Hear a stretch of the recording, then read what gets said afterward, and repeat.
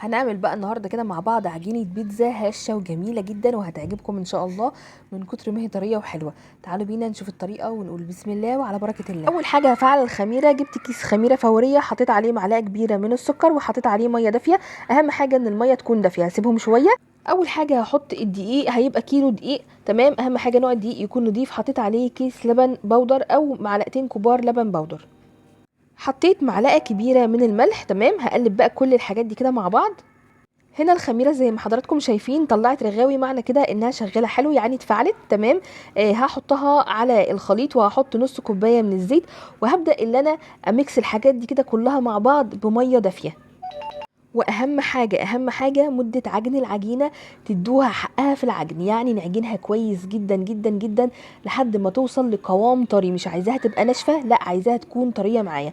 بعد كده هدهنها بالزيت كده وهسيبها انها تخمر. هتاخده